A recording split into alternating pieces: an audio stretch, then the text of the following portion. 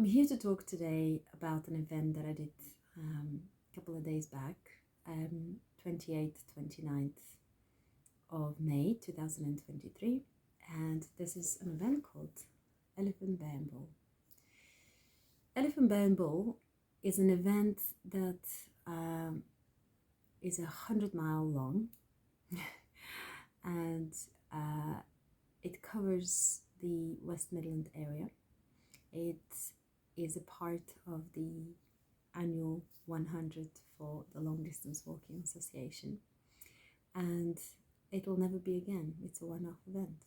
So right up my street, way back when, I've heard of it and I thought, oh yes, I must take part in this regardless, because I'm a huge fan of the organization. I've heard that it takes a lot of planning, a lot of organization. I understand that, but nothing prepared me for the magical weekend that was to come, genuinely. So, so I booked the event. You have to qualify. I think you have to do a 50-mile event. So I jumped on the bandwagon, even though I have done plenty of 100 miles. I was like, oh no, I'm going to do one that qualifies me, that you guys suggested. And for me, that was an event called the White Cliff Challenge. I actually really enjoyed it. We had a wonderful day, but it was very hilly, very tough, and very of everything. So actually by the end of it, I thought, goodness, that's going to be really, really hard to do if that's what people expected to do. So first of all, a lot of walkers. So immediately as a runner, you kind of go, sure, I could do that, no problem.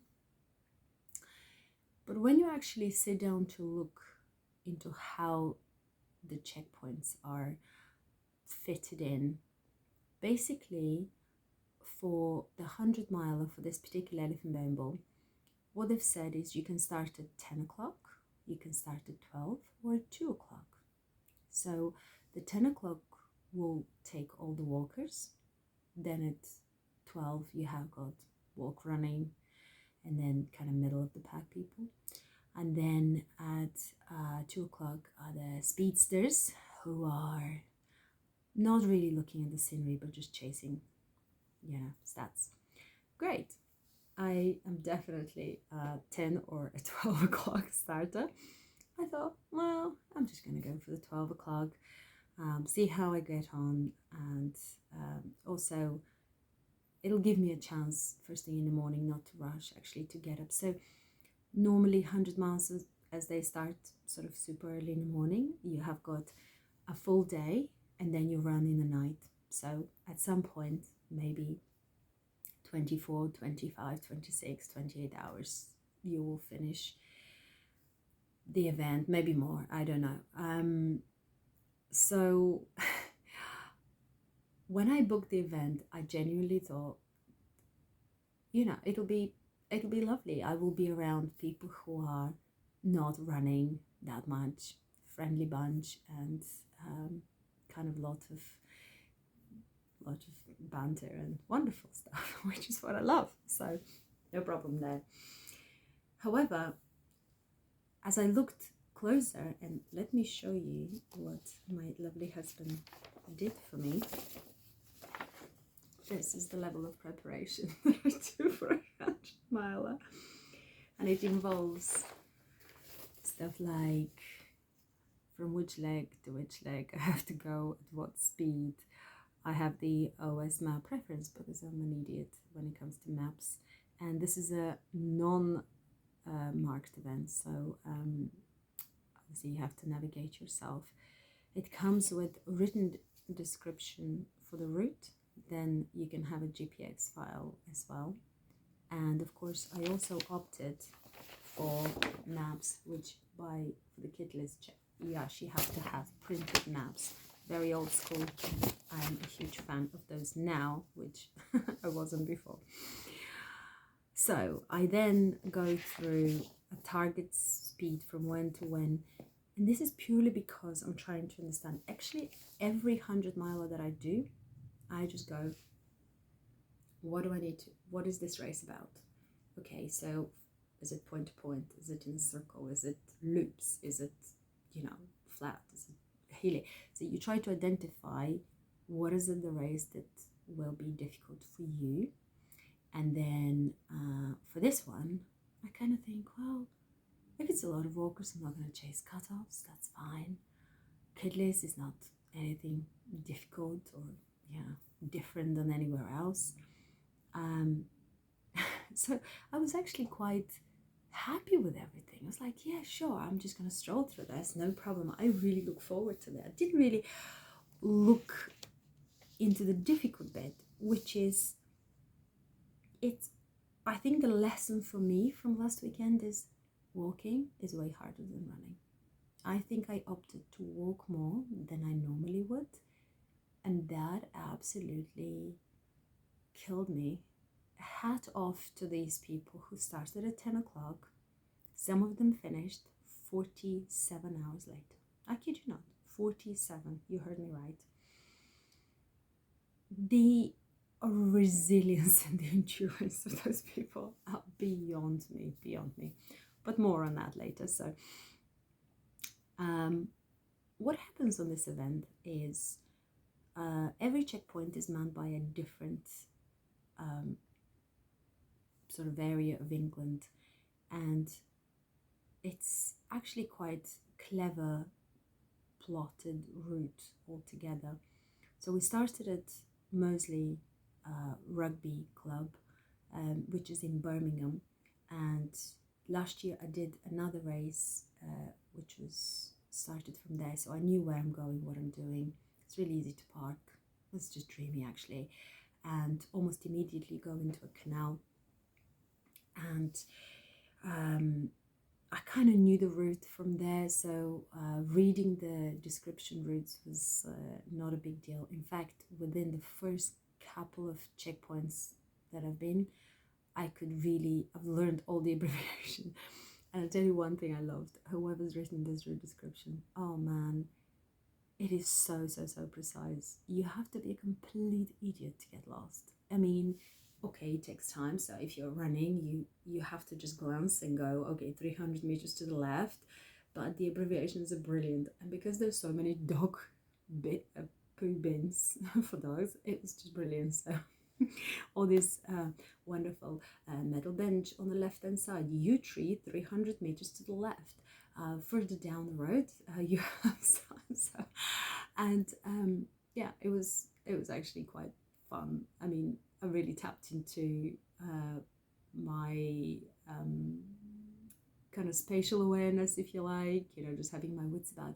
And it is amazing because I think when we are running, we tend to run and just see distance and speed and kind of propelled by this, and we end up chatting, and it's wonderful. Ultra running is wonderful. But what I find quite wonderful as well is that I could read what it says and then sort of see the map and see this and the other. But all of a sudden I am seeing things I would never have seen. Genuinely. I mean, the route actually covers a lot of historical buildings, a lot of history actually, and it's so smartly done. There's loads of hilly bits at the start, which by the time you end up going up and down the hills, you sort of, I mean, it was a very hot day as well, so you sort of go back into this thinking like, I just need to drink, I need to eat, I need to do this, I need to do this. It's you sort of, your world gets smaller. But then as soon as you come out into the more urban area, all of a sudden it's like, oh yeah, the mother of Shakespeare lived in this house, or so-and-so pub was the oldest pub. This is the God knows what place. It was actually wonderful. Then you go to the checkpoints. And so the first checkpoint was in a place called Northfield Fire Station, and it was by the lovely people of East Yorkshire. And you really know you're in a good place because immediately everybody just comes along and you've only done 10k, literally 10k, and immediately it's like, cakes, biscuits, all the stuff you'd imagine you'd run about, 50 miles. Amazing. Just so generous, so kind, so thoughtful, so friendly, just brilliant. And we end up going to another bit of kind of urban thing, and I think the marshal walks are the people who are doing the last checkings and checking whether all the route descriptions are working right and whether everything is sort of time-wise is working well. That lot, they did the marshal walks about 2 weeks back or 3 weeks back, something like that, and it was horrible. A lot of mud. It was absolutely mad apparently, and I watched little videos where I felt so sorry for these people. It was tough. However, for us, it was a warm, sunny, beautiful, just dreamy day, and so we actually had very hard ground. We had all the loveliness of the countryside. So I opted for road shoes, and here's another mistake that I made. So road shoes. Can we talk about this? I hear every time I look on any of the websites or any of the forums talking, I always hear people talking, oh, okay, I'm going to a canal or I'm going to so-and-so park and it's lovely sunny dry weather, so I'm going to wear road shoes. Is it road shoes for Thames Path or is it road shoes for God knows what? And I always go with trail shoes because I think, I don't know, I mean, I use Asics or Asics, whatever you want to call it, Nimbus, which are good road shoe, and I've done plenty of marathons and up to a marathon distance on the road. Love them. Absolutely beautiful, cushiony, yummy shoes. However, I just wouldn't use them on anything that's got gravel or sand or dust or debris. Anything that's sort of going to go through the through the mesh of the shoe. And I have done it before, back in 2018, I think, or 19. I did do a 50 by the river Thames, and honestly, my feet were just destroyed. Did I learn from it? I thought I did, but no, I decided to go with road shoes. Okay, that was a big mistake that I didn't even know I had made until second, third, fourth checkpoint, fifth checkpoint, or whatever. And at some point, I was like, I am really struggling with my feet, but I'm just going to endure. I'm just going to go through it. I did eventually take them off at some point, and man, you don't want to see my feet. My feet normally, I can do 100 mile, and then I just take them off, have a shower. Within a few hours, my feet are good. I have good, strong feet.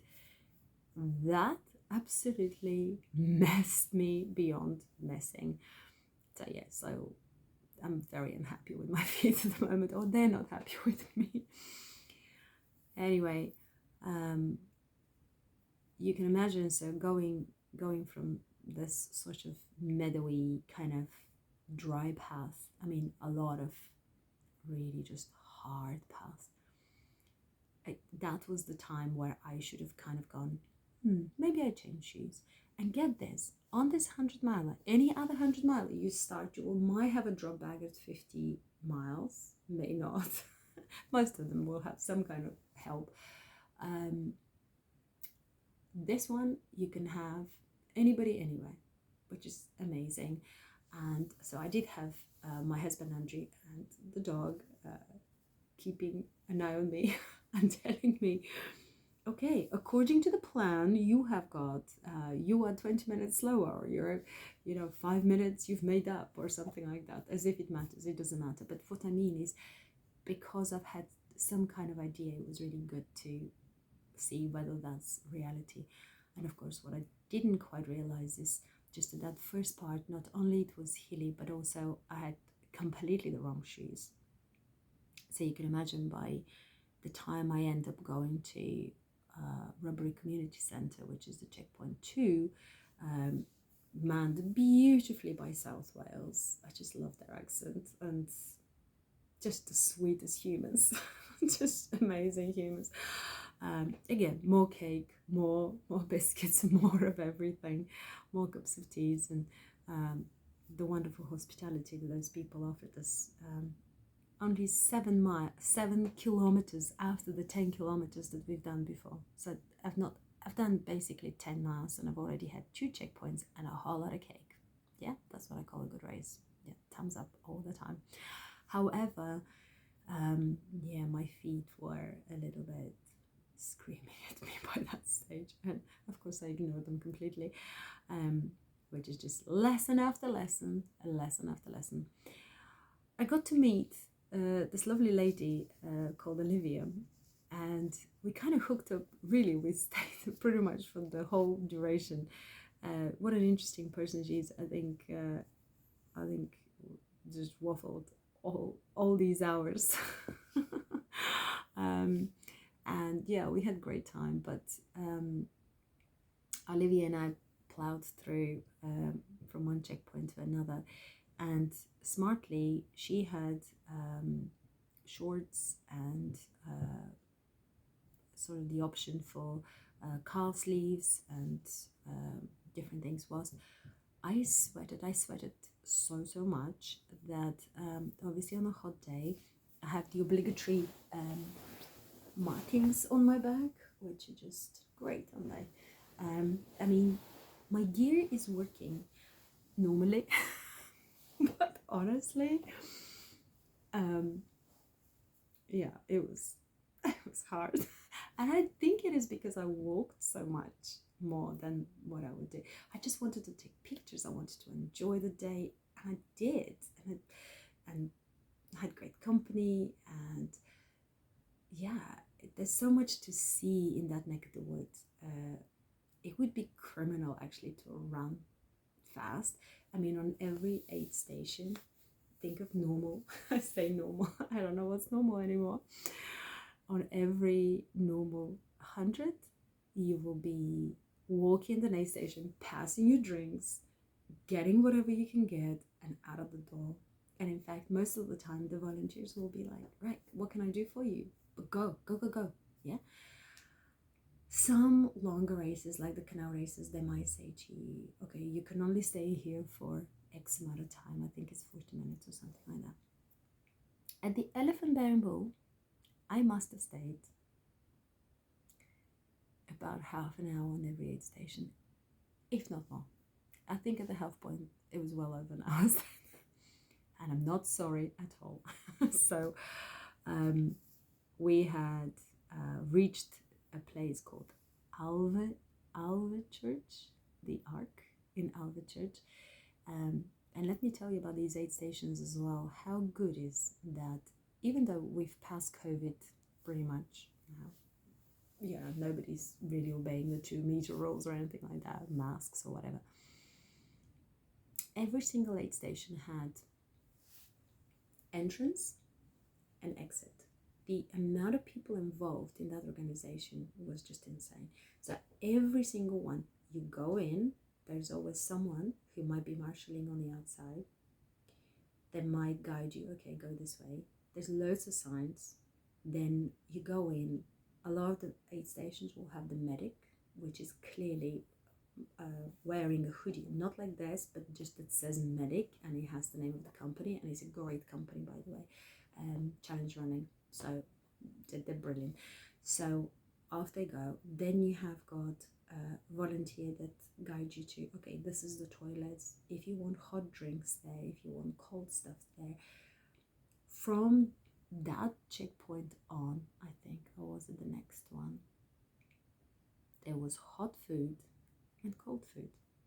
Now, hot food might be lasagna, veggie and meat, might be my pie and mash, might be baked beans on toast, soup.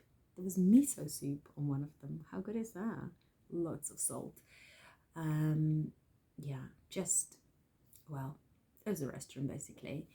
You can see you had a piece of paper with things that says menu, then you sit somewhere because you're so knackered because you've done 10 miles. I mean, come on. By that stage, by the way, we've done 26k.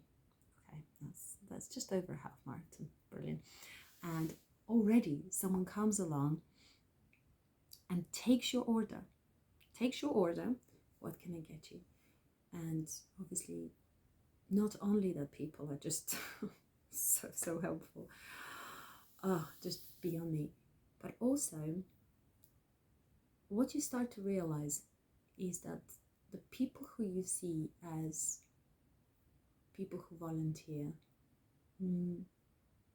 they might be your mother, they might be your grandmother, they might be your uncle or granddad or whoever, someone of your family. They look very ordinary. These are not ordinary people. These are people who themselves have done incredible adventures. These are people with so much spirit, so many stories to tell. They know. When they see you, they know what you need before you know what you need. They can assess you very, very quickly.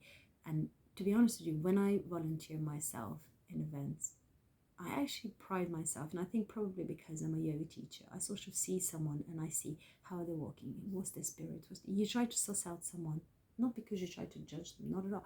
You try to help them. But normally, like I said, you try to help them so that they can go on their merry way. Whilst this one was very much, come and rest. The hot food, I think it's something that what a privilege to go somewhere knowing you're going to have a long way to go, but knowing there's something warm. And baked beans on toast and all this is great, but just on every aid station they will have like, oh, do you want ravioli on toast, or do you want hula hoops on toast, do you want spaghetti on toast? Like, there was always that little bit something different. And actually, it's amazing how our brain works, because when you know in the next 10k, especially when it's hot and you're starting to get tired, you've been for a long time on your feet, but actually you've only done 30k or 40k. So this is where the difference is. I think when you're running, you're just like blinkers in, let's just run.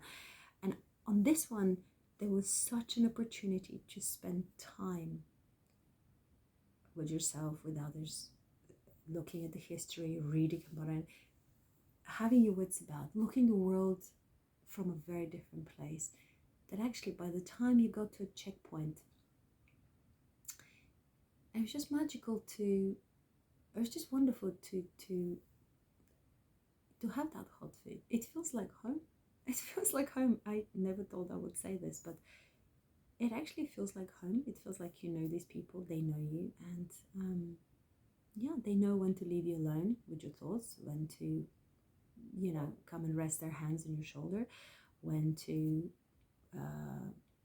talk you and not to talk to you. It's just brilliant, and it's priceless. Anyway, we end up going to Tamworth in Arden Village Hall for our 4th checkpoint. That's another 10k in, yay! And that was a checkpoint by the Marches. I am so impressed because there was order beyond order in a very kind of lovely way. It's like walking in a house where you want to take your shoes off. You don't have to take your trainers off, but everything was protected. The carpets, the chairs, the tables, everything was made very welcoming. Not only the volunteers, I mean, they all have all their wonderful little aprons, things that says, this is, the county that I'm from.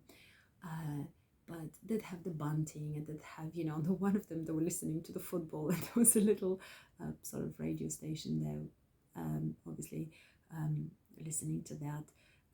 Most of the time, it was really placed you want to be in, and it's you kind of know you have to keep going, because the more you stay, the worse it gets. but yes, well worth it. And remember also, in between checkpoints, I would always see my husband somewhere. So I'd be like, oh, can I have some Coke? And then he'll give me Coke, or, you know, this or the other. It was just brilliant, brilliant, brilliant. So I had a great time there. And then Olivia and I ended up going to Henley Innerd Memorial Hall. I mean, that was a beautiful place. Only another 7K. And by that stage, going for 7K, it just feels like a real drag, seriously, because you've spent, and this is what I mean by,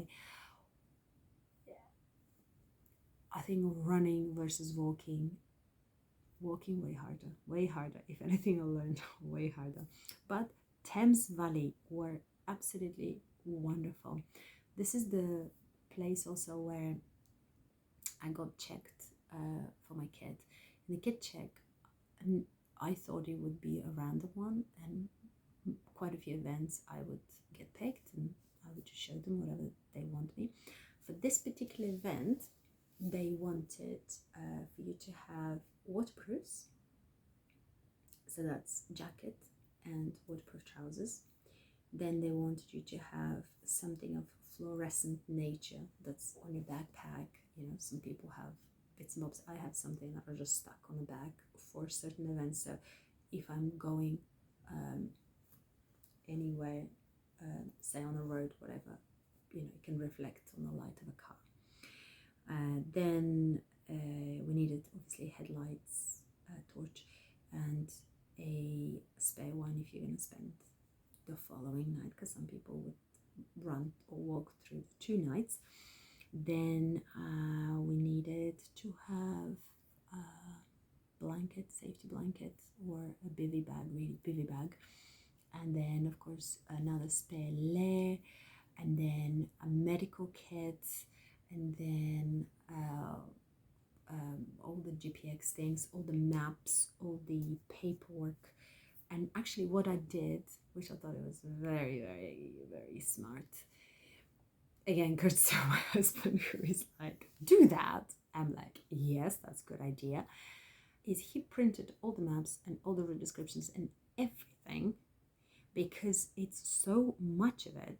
It's like 40 odd pages. I was like, I don't want to carry so much stuff. But the best thing I did is I just printed them in a very small version that I can read, is fine, so it meets the checklist. But then I just put them in and shoved them in my dry bag. So in fact, I had all of that if someone was to stop me to say, yes, I have it. But really, I then kept taking pages from him. So I'd take like 4 pages, so that's 4 checkpoints. So 4 times I did that for the 16 checkpoints.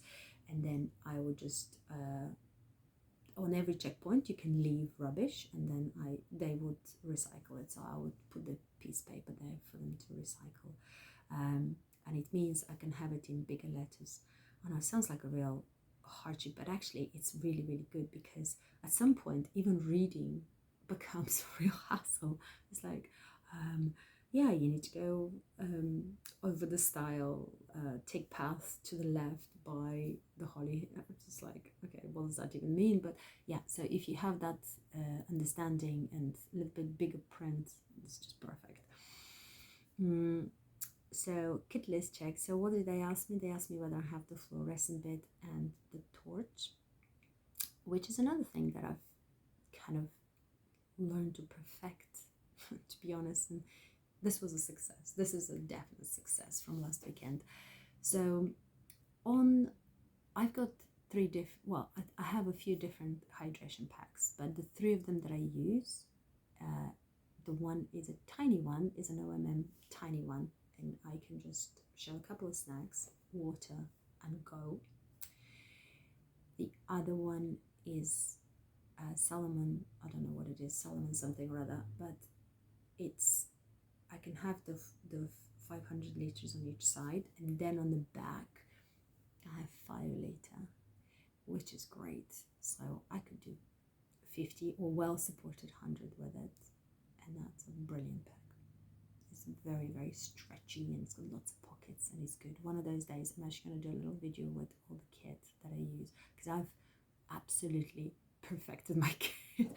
Because you know how it is you buy these stuff and then someone says, oh no, get this and get that, and I'm over these big fancy things. I just want what works and I will wear it to death, and that's that. And I will repair it and I will darn it and I will do whatever I need to do to keep something that's actually working for me. It's good. The backpack that I had was a Salomon one, and it was a 12-liter one. Well, why did I take the 12-liter one? Not because I needed. I could have gone with the smallest one, to be fair. But I wanted to practice for my upcoming event, which is in a few weeks. I have a 100-miler that is in the mountain, and it's rather horrible. So I thought I'm going to go with my full kit, and I will have to have all the weight. So hence why the rubbing, I think, up in the mountain is probably, I'm going to end up putting like a Katie tape or something like that, because that is a mistake for me. The actual backpack is fine, but the way to put stuff in, there's a real, I think you need to be very smart in the way you pack your packs. I see a lot of people, and again, maybe when I volunteer, I see people, they come along and literally their backpacks are, it's just like someone just vomited a whole lot of stuff, and I can't deal like that. I need order, I need to know what's where. And so over a period of time, I have learned where to put what, which is a little unusual. But this time, I put in my dry bag everything I would never touch, which is the maps and the whatever I had. And so in the outside, I had my headlight and jacket. That's it. And actually, I knew that because it's so hot, I'm not going to use the jacket even in the night. But I had the jacket because it just fits perfectly where it needs to be. It just gives me that little bit of padding. And so kit list check went fantastic. And yeah, what I realized is on this event, they didn't do a random one. So I wasn't picked out of many. Every single person had a kit check. And in fact, this was kit check 1, and 1 was to come. So in the whole race, you have 2. That's very different, which is great. And so off I went with Olivia into Aston Cantlow Village Hall. The irregulars were there. Well, I decided to change kit. I decided to change my top, put new bra, and just got myself organized through for what's to come, obviously, in the night. And you know what? Putting a new t-shirt makes a hell of a difference for your soul and for your brain. So I felt great.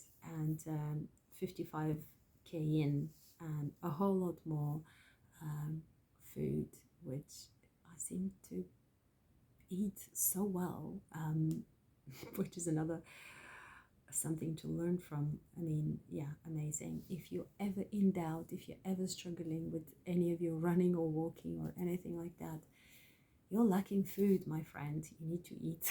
And I must have eaten probably my weight. Actually, I ate so much. But the thing is, because in every checkpoint something different, and I think it makes such difference with the hot food. Incredible. So I was always looking for something that will keep the digestive fire going, rather than just sort of having, naked bars and sugary snacks and things like that. So that was a good move. Ended up moving to Stratford Methodist Church Centre, and we actually ended up going through wonderful historical buildings, and obviously now it's going into the night.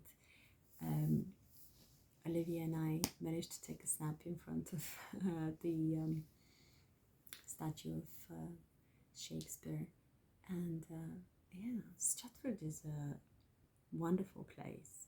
I really would like to go there, I think, during the day. I can see it could be very touristy, but yeah, it definitely had a charm to it. In fact, everywhere we went was pretty good. Just very cute mix between old buildings and new life. I like that. I like that a lot. And I think in the UK we do that very well. We moved to Northern Lindsey Village Hall, where the Essex and Hertz did incredible job, just top guys. Yeah, they. I think there you could have a whole lot of fish finger butties. I don't eat fish. I don't eat meat, but some of the stuff I saw was just incredible. We ended up meeting a lady called Sandra. I don't remember her surname, but she is an absolute legend when it comes to all these hundreds. She's done so many of them, and it's just brilliant to see actually when we sat at the table that Olivia also knew of her, and there is me going, meet Sandra, she's an absolute legend. And then she goes, yes, I know, because we live nearby. We live in the villages, like a few villages apart. I was like, oh, okay then. So that was quite good. I saw a lot of wonderful human spirit, and here I wanted to say how one of the aid stations, I think it was a little further in Warwick Space Community Centre, so that would be it. I ended up sitting outside because you had an outside area and an inside area, which is another magic thing because there's so many people just constantly going through.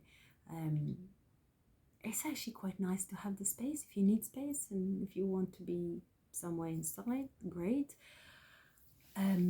So I was having a snack and having a cup of coffee there or whatever, and then I ended up chatting to the lady who was supporting her husband, and she just happened to be there, and she said to me that he has 16 years between this event and the last time he did 100.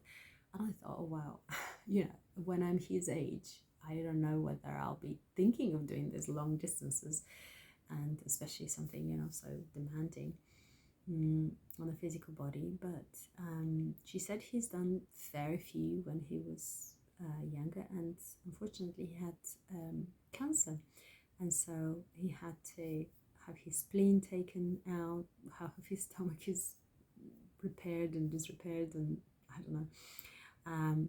The man has been through a lot, and he's decided, do you know what, I'm going to live.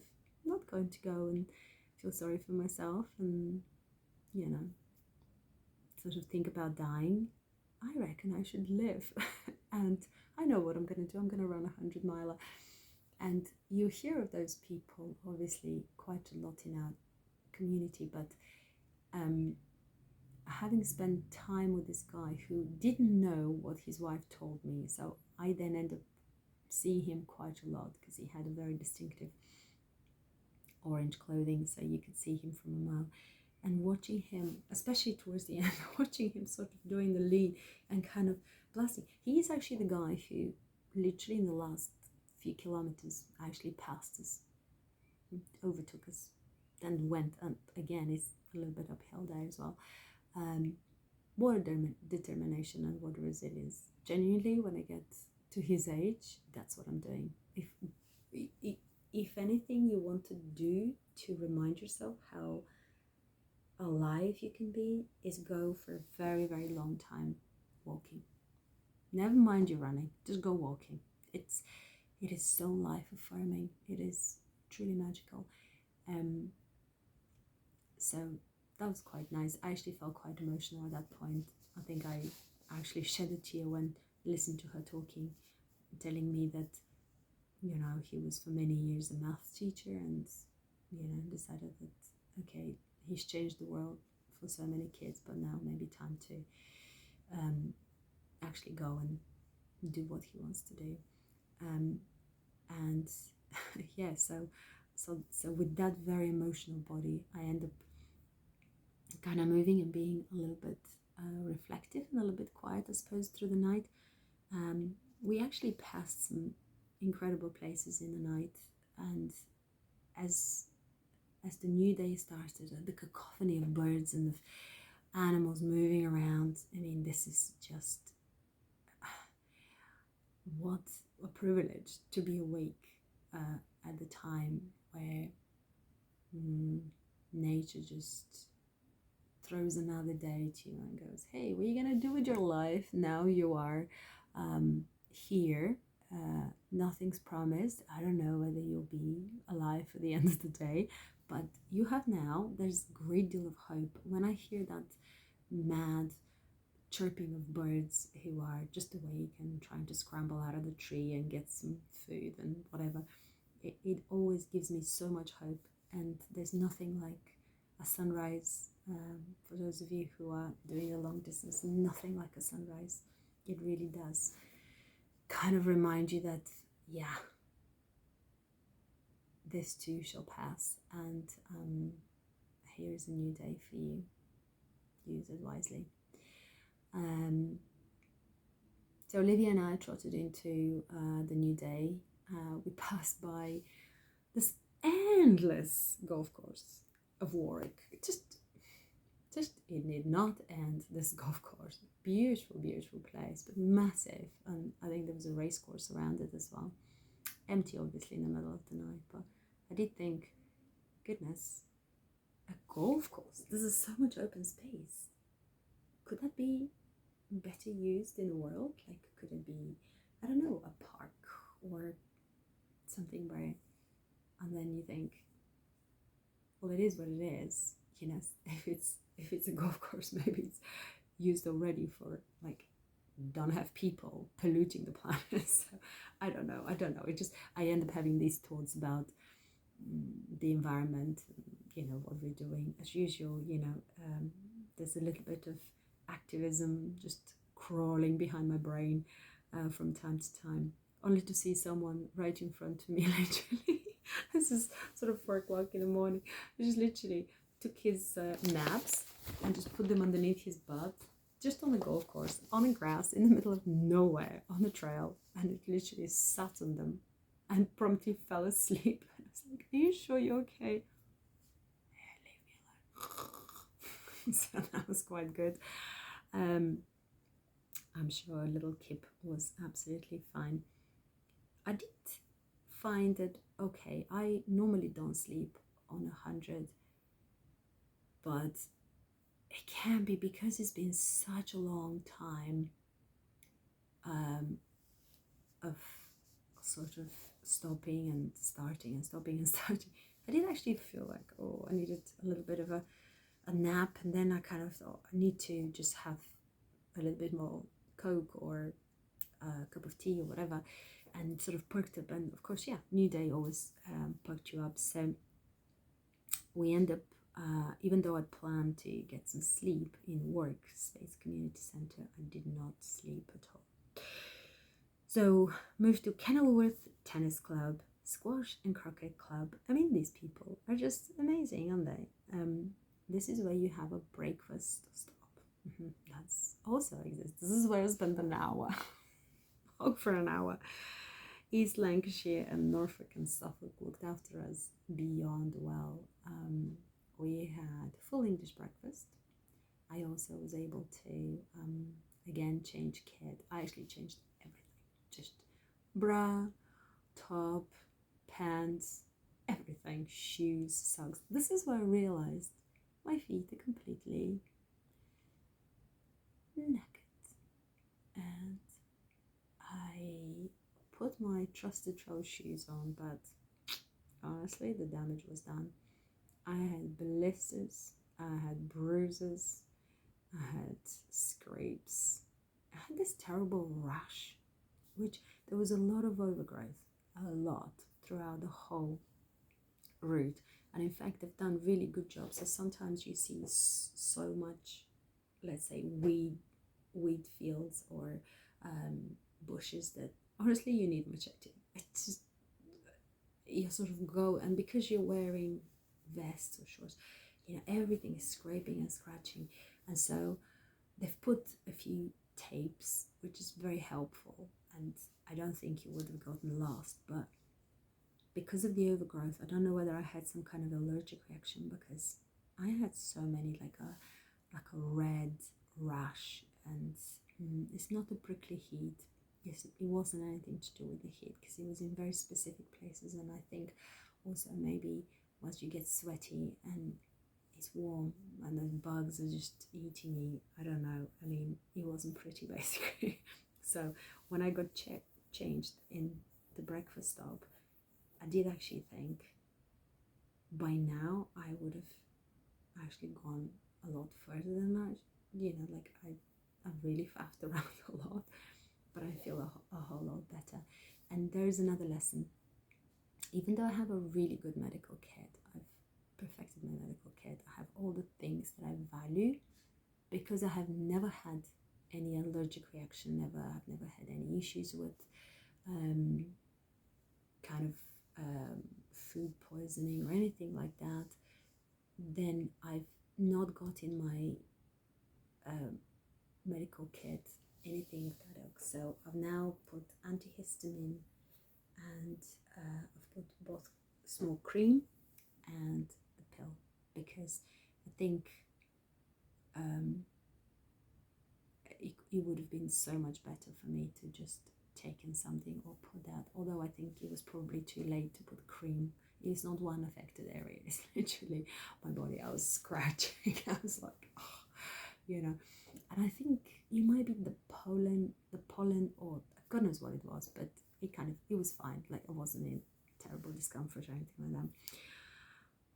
Heading on to Coventry Cocoa Community Centre. I don't know what cocoa stands for, something about community, but another magical place where I had a second kit check.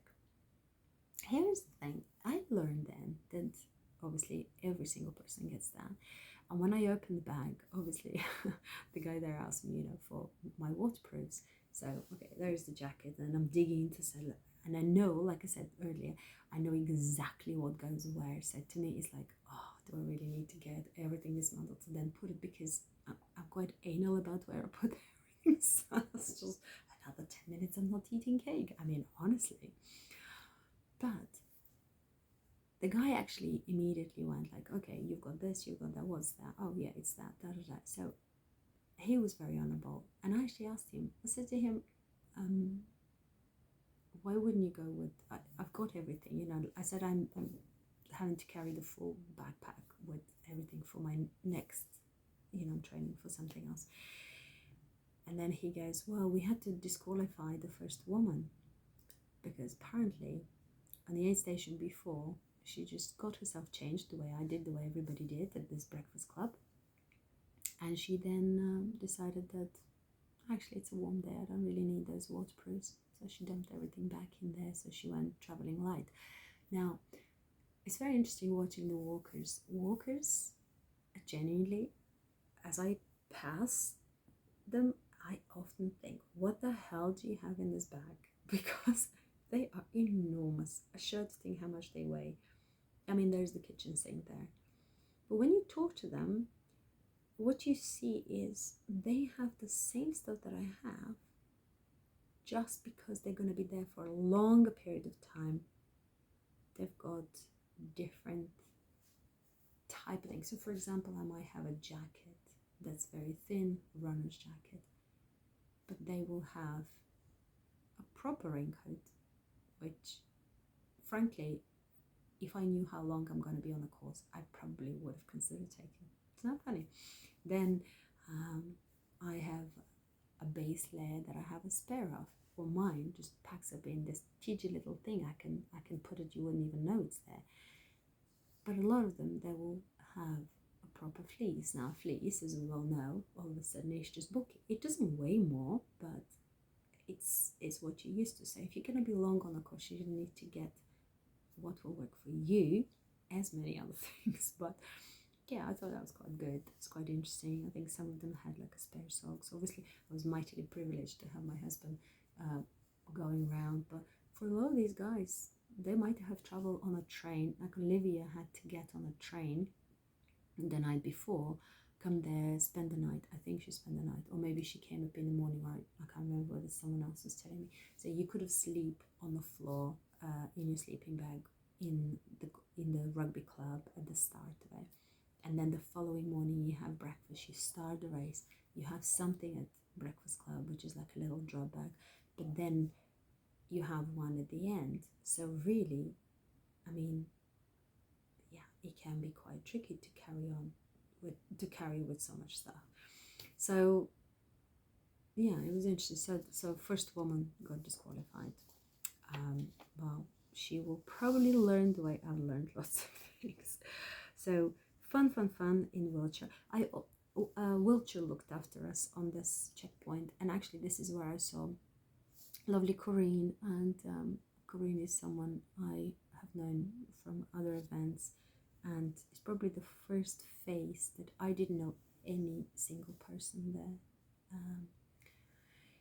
But Corinne is the only one that I actually met, and I was like, oh, how are you? I think she was desperate for sleep, bless her. I think she went to have a little kip, and I don't even know, maybe she carried on, maybe she didn't. I don't think she finished the event, which is a shame. She's a brilliant ultra runner, but it is tough. It is tough.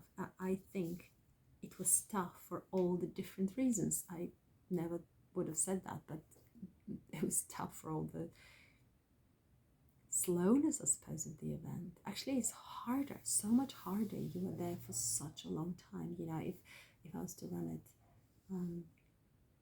I think it would be hard in different ways, but certainly it was tough. Anyway, Olivia and I moved then to Sunday morning, and we were in Meriden, Heart of England Social Club, which we were looked by the Coventry Way Association. This is where I was trotting somewhere on a path, and I can see, just right in the middle of that path, there's no one else but us, walkers and runners, this event particularly. And on the floor there was this blue cup, one of these collapsible cups, and it was like this big, quite large size. Next to it there was some piece of rubbish, and then next to it was some kind of map description. So I knew it's us. There's no one else that could have been us. So I picked it up, put the rubbish in the bin, put the description, obviously for recycling, and then I thought, I'll take the cup and then I'll take it to the next checkpoint, and then they can find out. So I walked to the next checkpoint. I'm like, does that belong to anybody? And everybody goes, no, it's not mine. That's fine. A guy, a walker runner, I don't know who, just then said, oh yeah, I saw that on the road. I saw that on the trail. Picked it up. But I thought it has something sticky inside it, so I threw it back down on the floor. Oh my god, I think I had a massive fit inside me. Why would you do that? I was just like, why wouldn't you do that? So I actually asked one of the ladies to go and perhaps give it a good wash and good clean, and see whether anyone else will have it in lost properties eventually, because someone will have it. And it's actually quite nice when you have your own things. Not that you can't go and buy another one, but I have lost things, and people have chased me, and I found them in lost properties. I think I've opened something, and it was like half of my stuff, including I have a poo kit. So if I end up going for a toilet somewhere in the bushes, I don't want then the following day someone's dog to roll in my shed. So I dispose of everything so that we leave the world better than we found it. Yeah, that's how it works. But oh no, a lot of people, they just leave everything. So clean that blue cup, carried it for a long time. I still haven't found the owner of it, and it bugs me, but I found the hat and I washed it, so that's gonna go to the riot lawn. I don't know, I just seems to find so many things in a trap. It's crazy.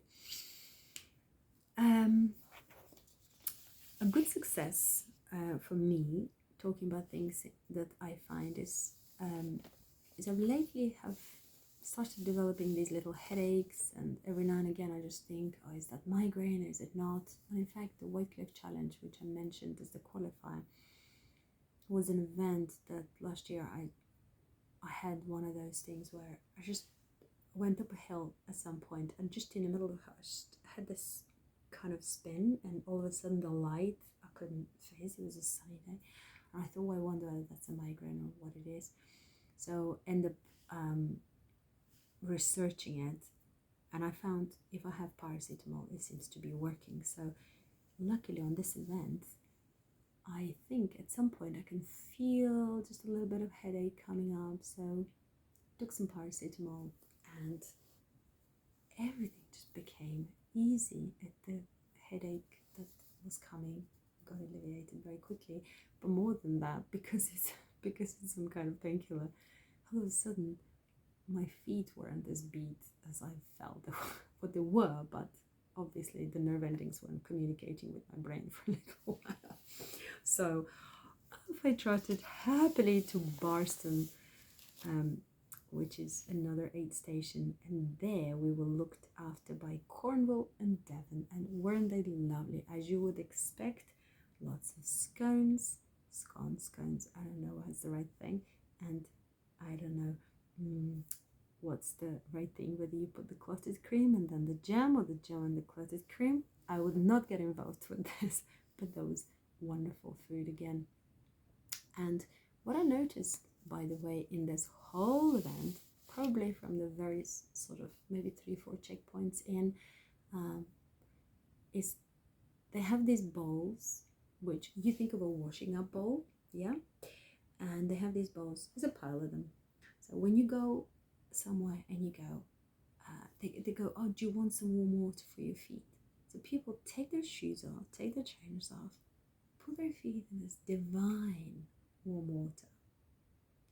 Feet obviously recovering, whilst you're replenishing with your cups of teas and beautiful homemade cakes.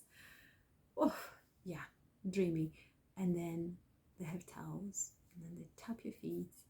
You can put all your stuff, you can put a new pair of socks, and off you go. I mean, I don't know, is there anything more incredible? Is there anything more joyous than you having the very basic in life? There isn't. I am amazed at every aid station. Would you like your hot water, your feet in hot water? I did not take opportunity this time, but honestly, I'm kicking myself. I should have taken it. I probably would have finished in about 47 hours and 59 minutes if I do that, because I am a sucker for just the joy of taking this moment in time and kind of just live it too, with every cell of your being. Just wonderful. So yeah, Devon and Cornwall were another amazing who offered me hot water for my feet, and of course I didn't do it. North Cumbria looked after us at the Solihull Scout Hut. Now, as soon as I hit Solihull, I was like, we are going home, and I just cannot wait for this to finish. And I think that's when I felt a little bit like, I think the bugs have come to me, the rush, the everything. I've been just on my feet for too long, and I think this is where I think now with hindsight I can see I probably should have run more rather than but honestly, it's like I just want to take this whole event. I want to have a good day. It was 2 days. It's nearly 30 hours, or sorry, 31 hours actually. 31 hours for 100 miles. And I mean, okay, I have done very, very hilly mountain ultra for less than that. It comes to tell you what how much I took my time and how much I loved it every moment. But of course, reached Solihull and I was like, we need to wrap it up. However joyous it is, it's the same feeling when you go somewhere on a holiday and you have a week and 2 and 3 and you've eaten everything that you should eat and you drank and you had the spa and you had, and then you become restless and then you kind of go, okay, I need to now go home and get shit done. I need to cut my grass and I need to do the dishes and I need to get stuff organized. So that's the funny feeling that I actually felt. I think at some point I was a few strides in front of Olivia and just not talking to her or not even seeing her from time to time. I was just looking at it because I was just so, the blinkers fell and it was like, I just need to get going. So that's a funny old experience. We ended up going to the St. Cyprian Memorial Hall next, and this was the one before last, and they actually because we did quite a bit of Grand Union Canal as well, I sort of knew it literally, it's such a short distance. I mean, it was like 6k or something. Can you imagine? You have a checkpoint and then in 6 kilometers you have a checkpoint. It's just over a park run. I mean, talking about the Grand Union Canal, that very weekend the Grand Union Canal race was happening as well. So as we were passing Catherine de Baths, which is the area, I think it's their last checkpoint, so for the Grand Union people, they would have had probably just over half a marathon left. And these are guys who are doing 145 miles, so they started early on Saturday. They started very early, like 6 o'clock on Saturday. The other would have been running. So I actually saw their checkpoint and I popped in to say hi. Unfortunately, I didn't know any single person that was on the checkpoint, but Andrea and I have volunteered, and the canal races I'm a huge fan of, and they're just brilliant people, so highly recommend it. But more wonderfully than that, Andrew kept telling me about the stuff that's been going on. It's a very exciting race. Lots of women have performed amazingly well, including the loveliest ladies from Camino. Kelsey, congratulations on your absolutely dreamy performance. So she took the first spot, and then of course Anna Brown, one of my Do Better friends, and just incredibly inspirational woman. So she was, I think, 9th overall, which is beyond amazing. I absolutely love when I see a woman getting the good stuff down. Not because men are bad, no, it's wonderful seeing men, but it's just, I don't know, I think the longer we go, the more women just become stronger. I don't know what it is and how it is, and I just love seeing these incredible ladies, going and just being amazing, being absolutely beyond amazing. Very focused, very tuned to what needs to be done. Not like me, dilly-dallying from one aid point to the next, which is 6k in between. I felt quite, perhaps because I know from both sides, I actually felt quite, I felt almost ashamed. I was like, oh my god, I am wandering here, just having a great day, someone else is suffering. But just as I was wondering and thinking, I only have another hour before I stuff my face with even more cake and more yummy stuff. Someone on the Grand Union Canal, this man and a woman, sat by the river in the most awful place. I said, oh, do you want a lollipop? I was like, sure, yeah. By the way, Andrew had fed me with lollipops throughout as well.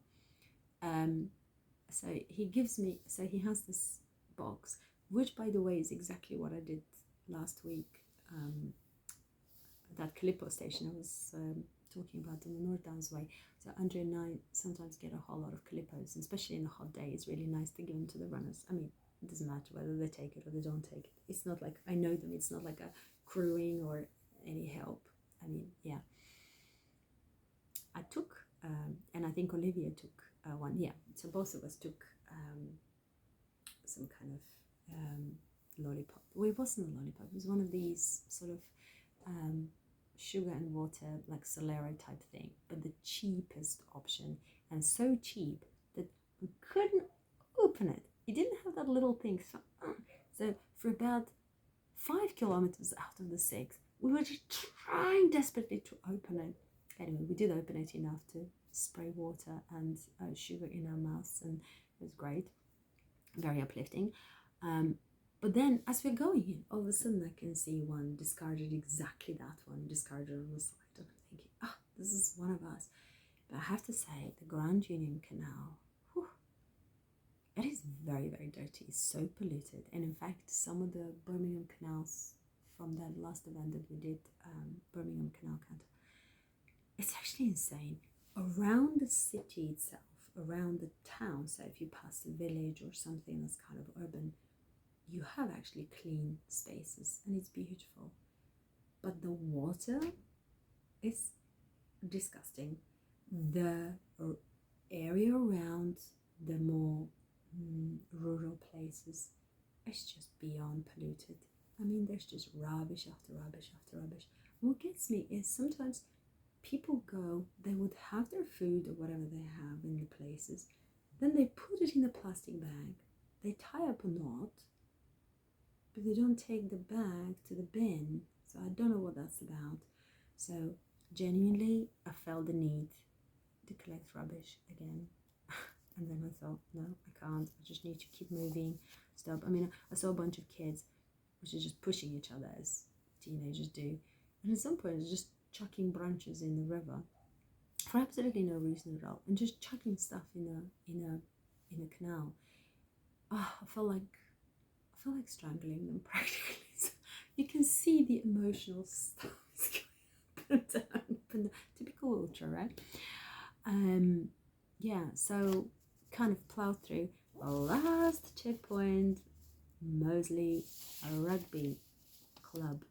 I mean, traveling back into where we originally started all these hours was brilliant, very much needed. And we were greeted, to be fair, we were greeted in every aid station, we were greeted like some kind of heroes. I don't know why, because honestly, I don't feel like a hero at all. But we were greeted with so many applauses and cheers and enthusiasm and love and everything. But nothing prepared me as we walked in for this very warm welcome to just, so many people clapping and cheering and just making you feel like a rock star. It's as if you found cure for cancer. It's as if you, I don't know, saved the planet from extinction, or rescued a puppy or a child. I don't even know. I mean, they're just wonderful and incredible. We all got a certificate, so no rubbish t-shirts and I don't know even what.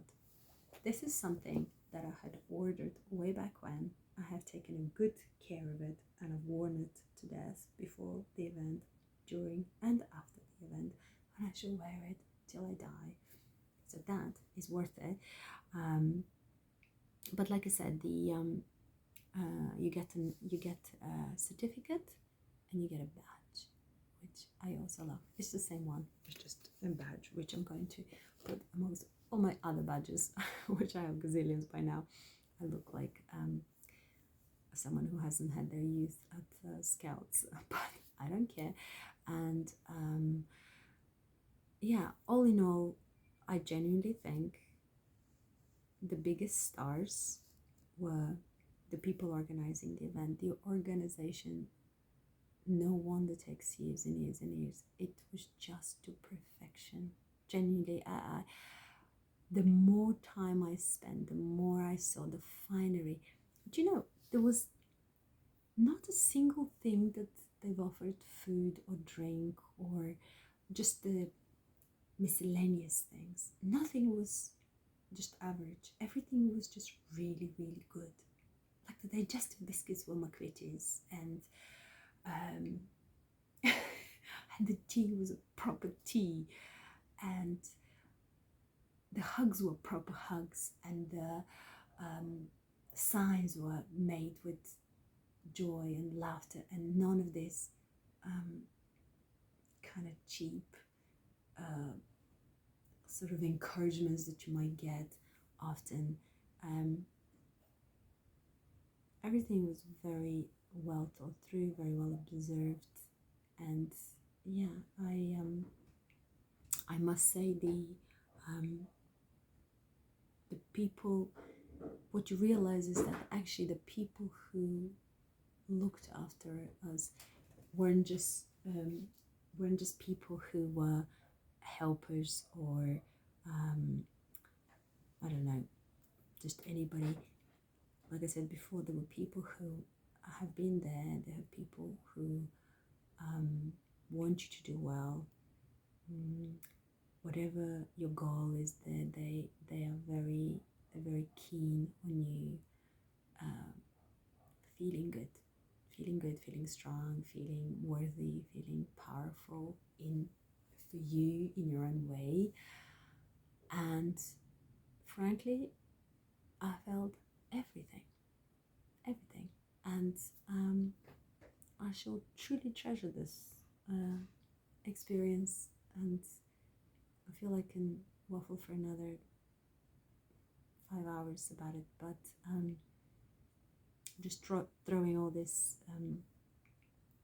kind of very quickly, because I think I'm always a little bit afraid that I will forget something. But to me, as an aftermath, I learned quite a lot. I mean, I learned stuff that is so obvious, and yet, I know that's going to help me in future events. I mean, for a start, I will not be using road shoes. I know lots of people do, and I know that works for you guys, that's fine. For me, road shoes on a trail, they just don't work. There's too much stuff going inside the mesh, so I'm not doing it again. And I think knowing my body, I think I need to move. So having time at the aid stations is great, but I need to move. I don't need to probably take that long in an aid station, but I'm not sorry I did.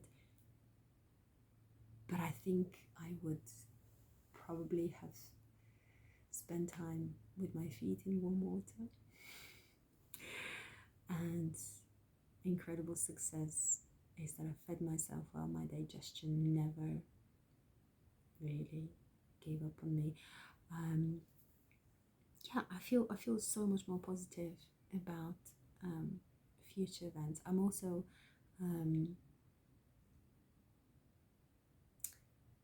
quite proud of myself for sort of having the lightness in spirit to continue in that way. I sometimes see people who are struggling, and for all the right reasons. I mean, man, don't we all struggle? It's such a long way to go, but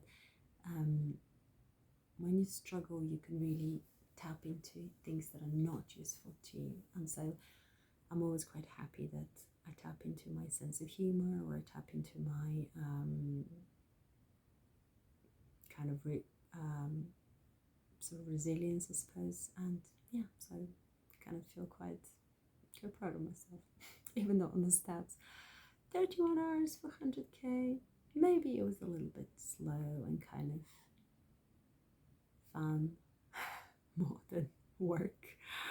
But yeah, I will do it in a heartbeat again. And in fact, I'm keeping all the planning sheets and everything else, so that I perhaps might maybe do it all for fun one day. Maybe I do it in reverse order. Maybe I do it in patches. I don't know. It was just too beautiful, very very lovely and historical.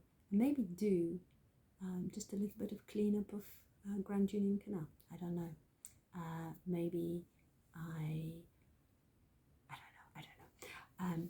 I will wrap this up, and thank you so much for watching it. I can't believe I waffled for so long. Thank you.